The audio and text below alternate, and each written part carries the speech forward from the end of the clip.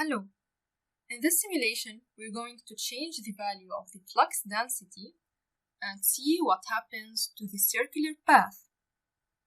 The circular path shown here originates from flux density of 1 unit, charge of 2 units, velocity of 3, and mass of 1 unit.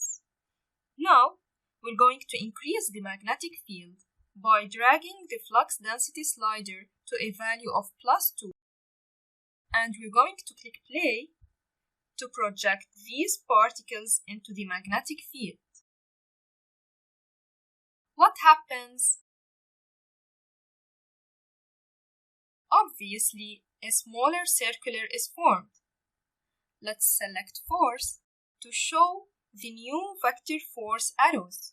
Actually, they are larger from the force arrows in the larger circle.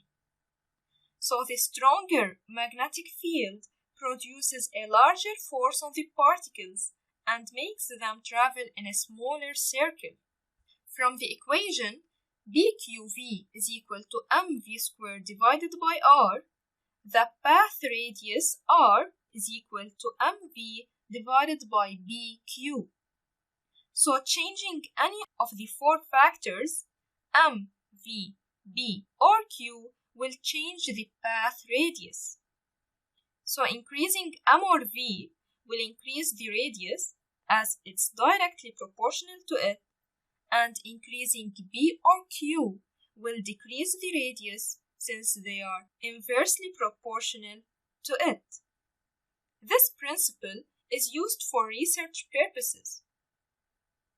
In some particle accelerators, particles move in circular paths before they collide with other particles, as well as having a centripetal acceleration perpendicular to the stream of the particles. There is a forward acceleration to increase their velocity.